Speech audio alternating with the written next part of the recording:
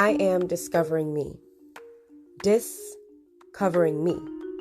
My identity was hidden, taken from me, long before my ancestors began hanging from trees.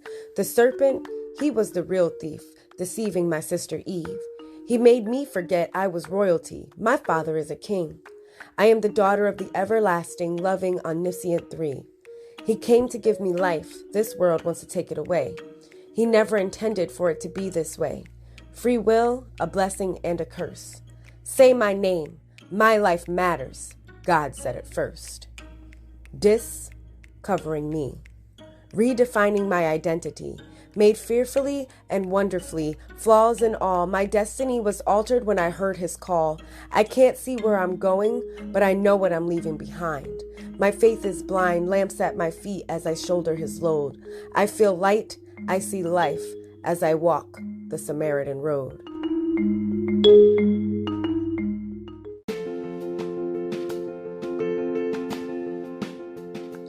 On this episode of Discovering Me, I interview Daniel Adams.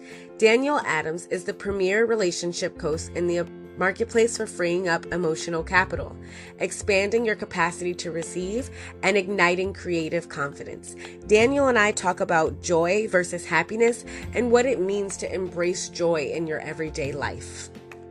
Daniel shares his perspective on how to embrace joy in every moment, and what it looks like to embrace that joy in a relationship with God.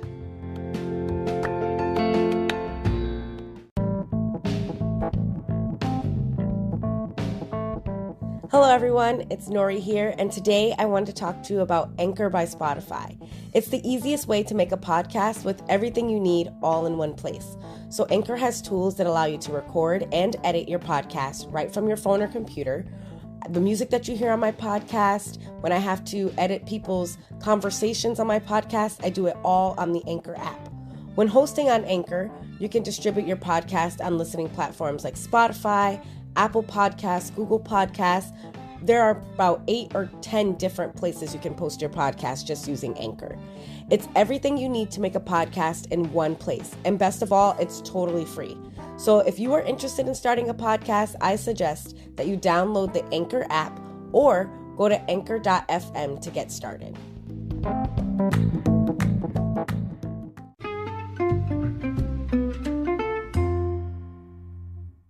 I'm passionate about relationships. Okay. With kids, with God, with spouse, with coaching clients, with friends, with people I recreate with. I love getting outside. I love seeing new places. I love being in national parks. I love being on mountains and in lakes and rivers and streams. I was just out in Zion National Park this weekend. Oh, cool. Yeah, you were telling me about that. That was amazing. I love meeting people.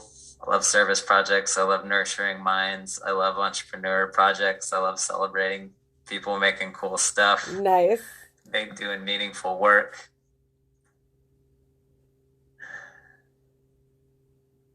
I love freeing up time and energy and emotional capital for small business owners. That's what I do professionally. Oh, cool. Love to read. Been playing a lot of video games with my son because that's what he's into right now. It's like building out all these worlds on Minecraft. Oh, that's awesome. Going through interior design tutorials on how to make 12 kinds of sinks and different bed designs. That's so funny. So awesome to watch his mind go in every direction. That's so cool. Yeah, my younger siblings are really into, well, I don't know if they still are, but for a while they were really into Minecraft and all of that stuff. So that's really cool. It's like so creative. Yeah, it is. I love it. So I'll give you kind of a background of what I'm doing this series on. I kind of explained it a little bit in the posting that I had created, but basically I'm doing a series on joy, suffering, and hope, and just kind of getting people's personal perspectives and their own experiences with any of the three. So your episode I thought would be great for just talking about joy and just, I think that was what you selected, was just talking about joy and how to just incorporate that in your daily life and what that looks like, how you've, found joy with God and just how you incorporate that just moving forward. So it's a free-flowing conversation. I don't really have much of a script or anything like that. Oh. Yeah, I like to just kind of let people just go, and I just ask questions along the way because I feel like it gives an authenticity to it that people really like. So, It's organic. yes. So, if you're comfortable, we can jump right in. I can start recording. I use an app on my phone, so we could just jump right in. Let's do it. All right, awesome. All right, hello everyone. This is Nori, your host of Discovering Me podcast, and today I have Daniel Adams, and we're going to be talking about joy. So I'll go ahead and let Daniel introduce himself. What's up, everybody? My name is Daniel. I am the premier relationship coach in the marketplace for connective conversations, for freeing up emotional capital, and for increasing capacity to receive. And that's a huge part of joy. I love celebrating joy in my family, in my own relationship with God, in the community at church, and with clients. I'm super pumped to share, to talk, to create as much joy as possible today. So like for anybody listening, like take a breath. Let's get all the way into your sit bones. Yes. And position yourself to have a joyful experience. Awesome. So when you think about joy in the context of, you said family, business, self, all of that, what do you think of? Joy, I feel like, is an experience, is a sensation. And I spent a lot of my life afraid, like I'm very sensitive to touch, to smell, to temperature, to humidity, to dry, to heat, all of it. And it occurred to me that joy is a sensation. I consider it a core emotion.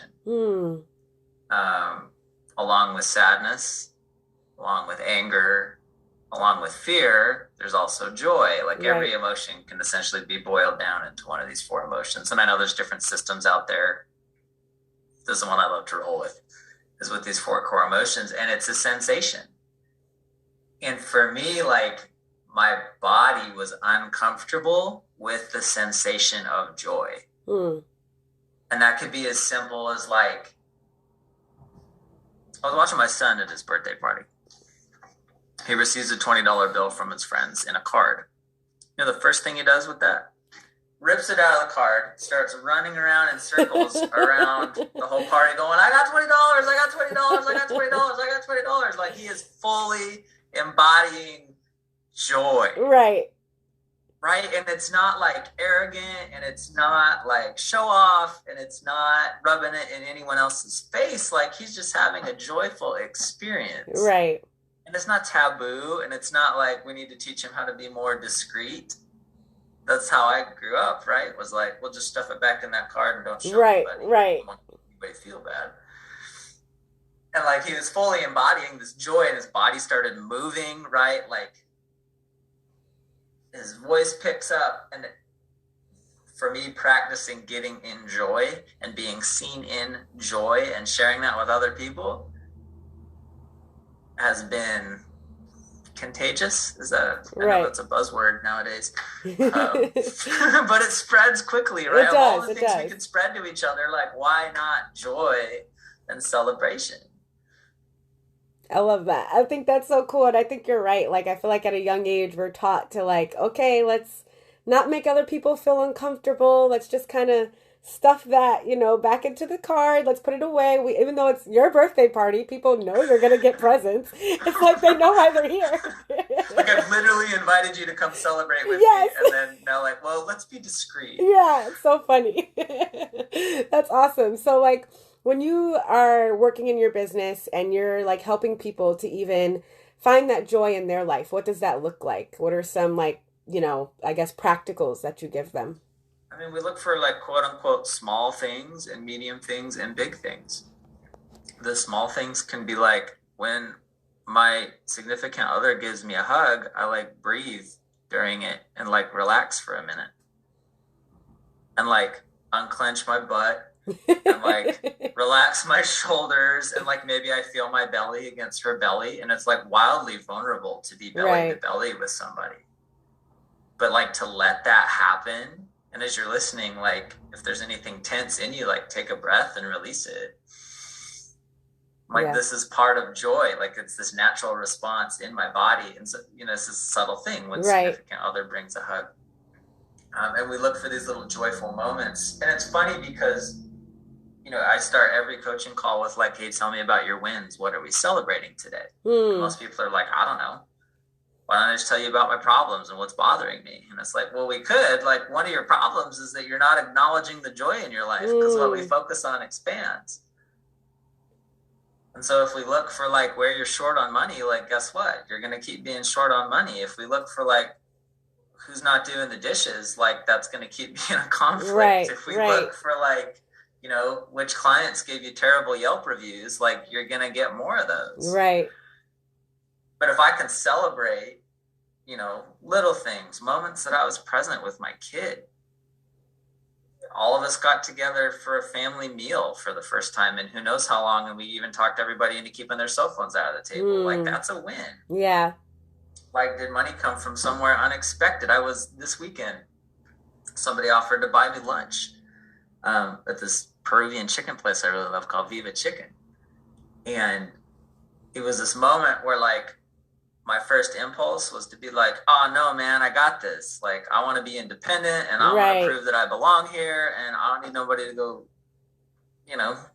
buy my lunch. Like, I can do it myself. Right. That was the first impulse, right? My body gets all tight. I was like, wait a minute, somebody wants to bless me and benefit me, and they are caring about me. Like, what would it be like to receive this? And so I said, thank you. I'd love to receive this. Right. And that sparked something, like, literally in my body, these, like, which I understand to be like dopamine, oxytocin, this chemical cocktail that we're aware of, when we get likes on social media or whatever. But that can happen between people that are sharing and giving and receiving. And so, like, as I go up, to order my quarter chicken and whatever at Viva Chicken, I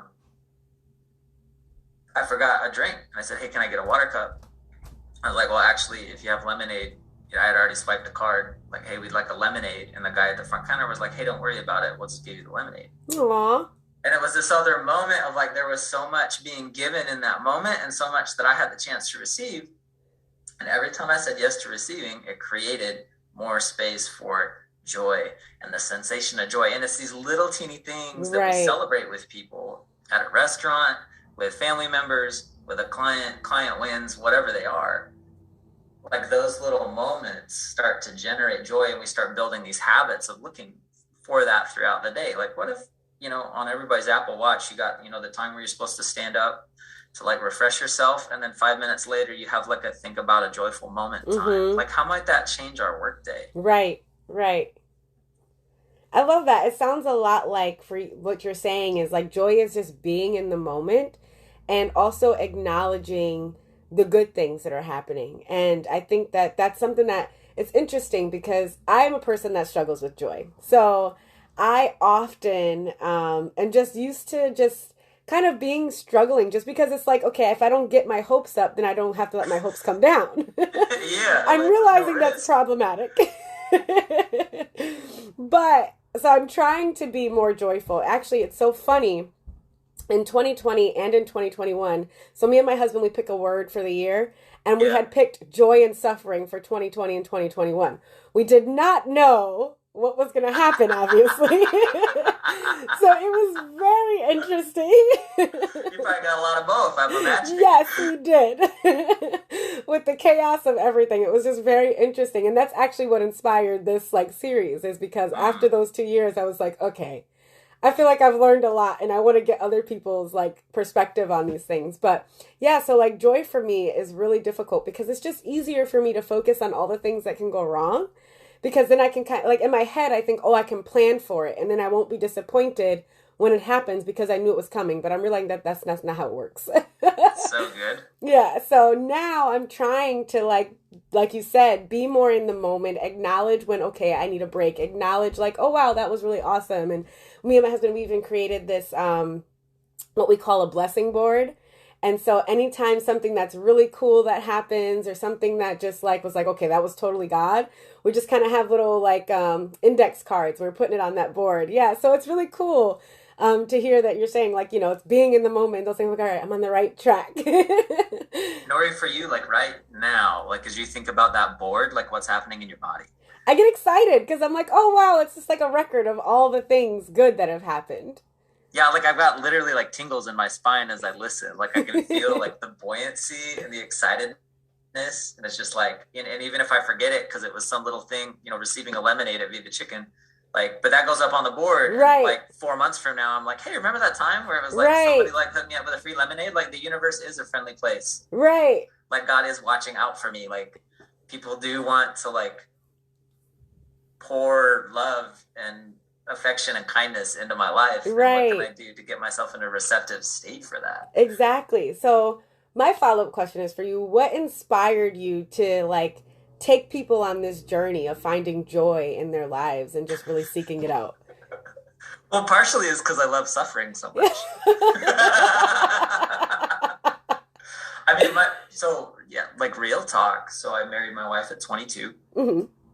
And we got married in our church, and God was a huge part of our life. And I had understood that the best way to relate to God was by suffering as much as possible. And that he would prove that he loved me over and over again by like saving my sorry behind. Right. That was so prone to suffering. But like I didn't understand God. Right. And, like the first 11 years of our marriage, we averaged $26,500 between the two of us. Wow. And that's like tough to run a family right, on. Right. But we love suffering.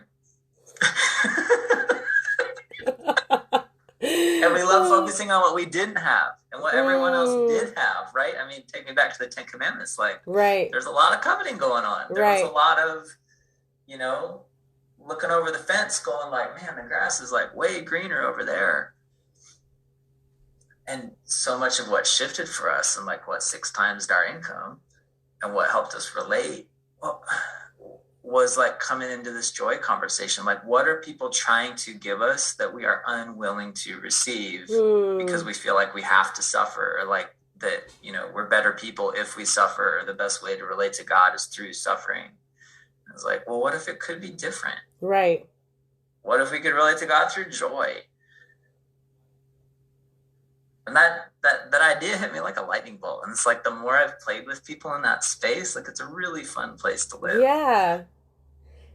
It's interesting to me because I can relate to that idea of like, oh, let me just make my life as hard as possible, and that will show God how much I care for him, because then it's like I'm giving this ultimate sacrifice. But it's funny because as I've been studying out joy, I realize if you take it all the way back to Adam and Eve, right? God was like, I want you to have everything and just be at peace. Like, it was never his intention for us to just struggle and be miserable. And so it's just so interesting how we as humans, like, we get this idea that like, oh, my life is supposed to be hard and I have to prove to God that I'm here for him. And that, like, I'm going to do all the things for him, even though that was never what he asked us to do. And I can see where Paul's coming from. Like, I get it. Like, right. There's so, right? Like, all the New Testament epistles that are like, you should suffer. Right. You know what I mean? Like, if you're a real Christian, like, you'll suffer like Jesus did. Right. But at the same time, like, like, the man died and resurrected, right, so that I do not have to. Exactly. He did it once and for all. And when I understand the core of that atoning sacrifice of Jesus Christ, so I don't have to, like, how much joy is available to us. Right, exactly. I love that. I think that is so like profound. And I think that that's a place that, like, it's funny because I'm having conversations with all different types of people, and I'm seeing that we're all kind of getting the same message. And I just love when God does that. Then he just kind of is like, guys, are you going to get the point yet? Like, I'm weaving it through every area. Right. Like, talk to enough of each other right. and start seeing these themes. Exactly. So funny. So you said that you love nature and that you love being out and just like, being in the wilderness. Is there like something that is special to you about it? Is it like your place of connectivity, of relaxing, or? That's a great question. It's one of the places that I most feel connected to God. And like the soft side of God. Like, I look out my window, right, and there are so many trees that have so many leaves, and every single one of them is like abundantly sourced. Right. And I lived in the desert out by Zion National Park for like a long time. So it's wow. like, you know, you'd plant 10 trees and hope that one grows. And, you know, like it was hard to carve a living out of the desert. And like we recently moved to Nashville, Tennessee, and it just like, it's really green all the time. And there's just like a gazillion trees with a gazillion leaves. And like none of them are tripped up on if there's going to be enough water. Right. Wow. It's like, it's not even a thought. Like, right. You know, does God see me? Is he going to supply enough water for me to like be a leaf? Right. Like I get these metaphors from nature of like, if he's going to take care of his sparrows, if he's going to clothe the lilies of the field, if he's going to give water to every single one of those leaves on every single one of those trees and every single chipmunk crawling up that tree. Right. Does he not also care about me at the same level? Right. Can I receive that? Can I take a breath with that and open myself to that? Right. I love that. Yeah. I love that. And like that's so much of what nature represents for me is like this connection with something bigger than me. Yeah. For someone who's like at the very beginning, like me, right? Who's just now like starting to learn how to embrace the joyful things in their life and just learning how to find those things and like say like, okay, this is what brings me joy. What advice would you give them? Like, where should they start?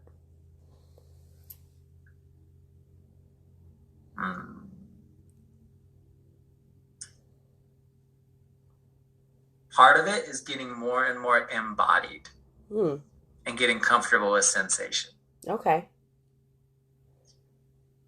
And this is a huge skill that I teach so many people that I coach. And I'll frame it this way. There are often obstacles to joy. Yes. Right. Some of those obstacles, and you spoke to it earlier, like, I don't want to get disappointed for like shooting for the moon, not even getting off the ground. Right. Like, that would be a lot of disappointment. For me, another word for disappointment is sadness. And I've had this experience of like, well, I'd rather not take a risk and then fail and then feel sad about it. Right. And there's going to be some kind of sensation in my body that I don't want to experience sadness, like whether that's like tears that are stuck in my throat or like that real uncomfortable, like ugly cry that I don't want anybody to hear. Sadness can become the obstacle to joy, and feeling the sensations of sadness. Like I don't want to breathe into how sad it is to lose a loved one.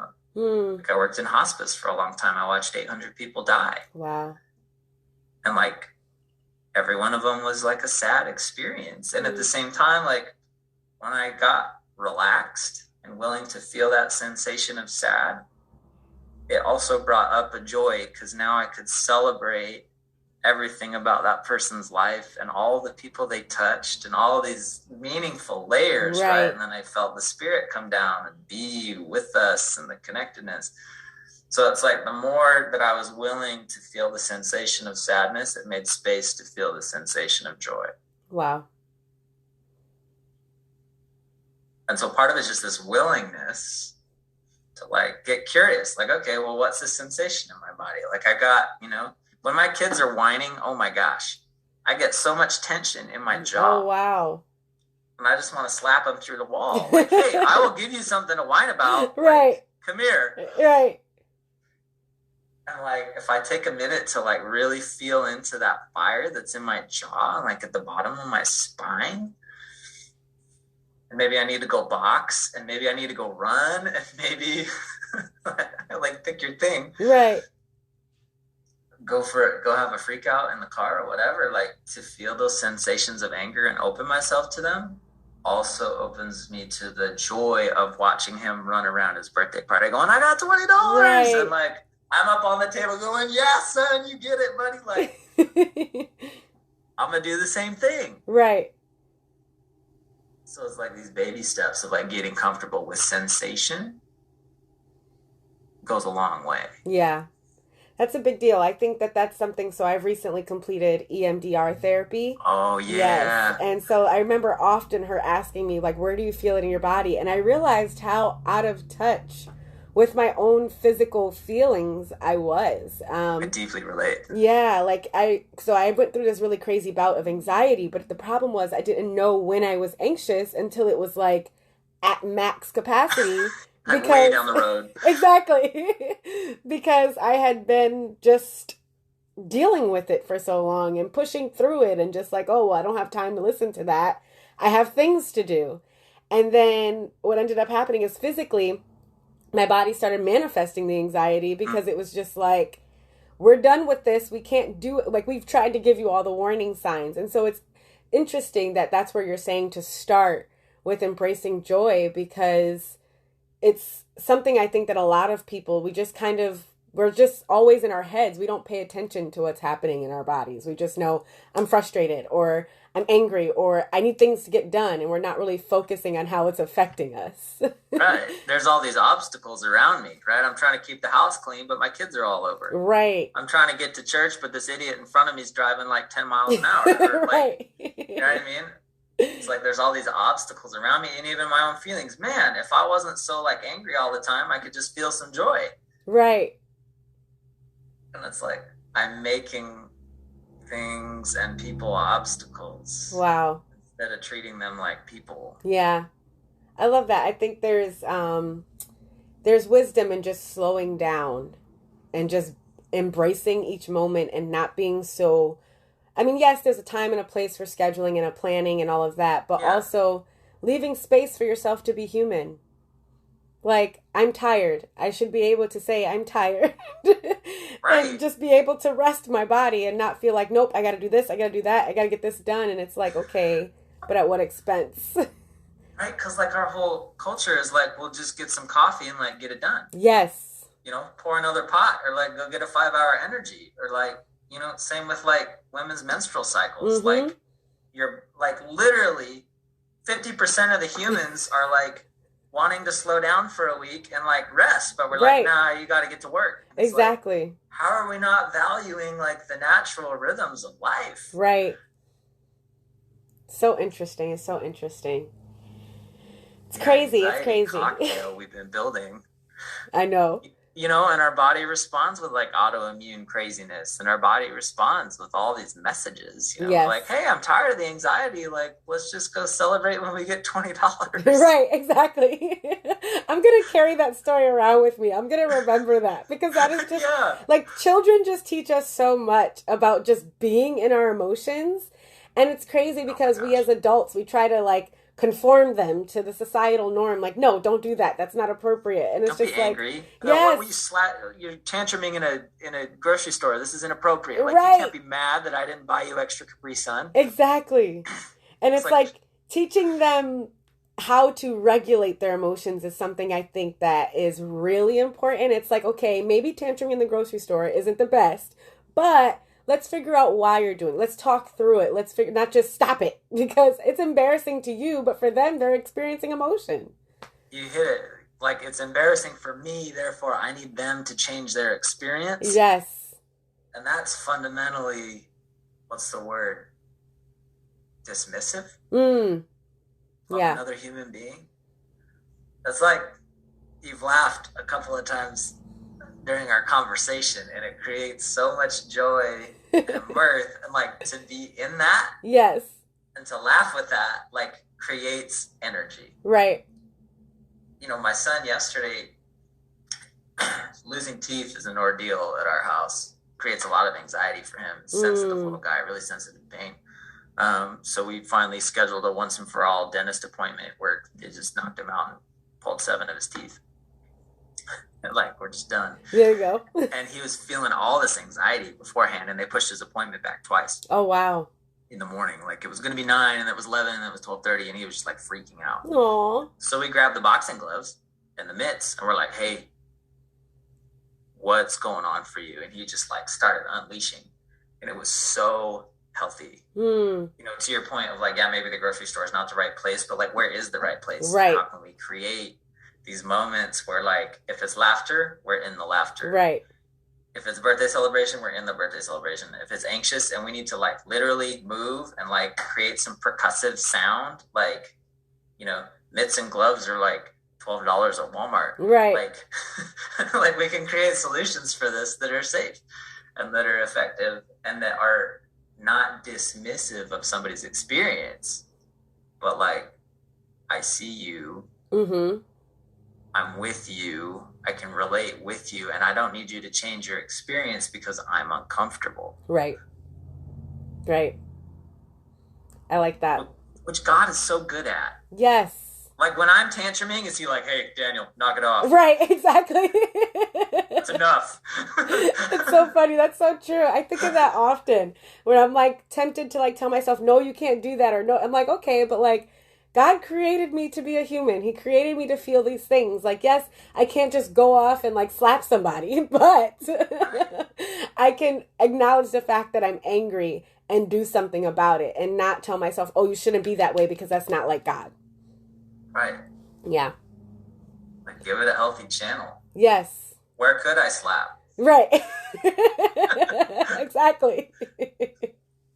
That's great. I loved it. I love talking with you. I feel like your energy is, like you said, just joyful. Like I feel like and even when we first started, like it's funny because so I'm actually a huge introvert. So doing this podcast is actually really funny for me because I actually don't like to talk to strangers.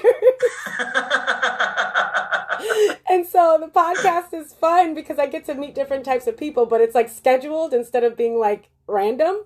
Yeah. And so like when we first sat down, I was feeling a little bit of anxiety, and then you're like, all right, we're just going to start with breathing. And I was just like, wow, like it was just like all that anxiety kind of went away. And then even your energy while we're talking is just very comfortable. I feel safe. I'm not like, what do I say next? What do I got to say now? I don't know what to say. And like, because I can get in my head and just be very anxious. So it was really nice talking with you and just really encouraging to hear everything that you had to share. Thank you. Of course. It's been delightful.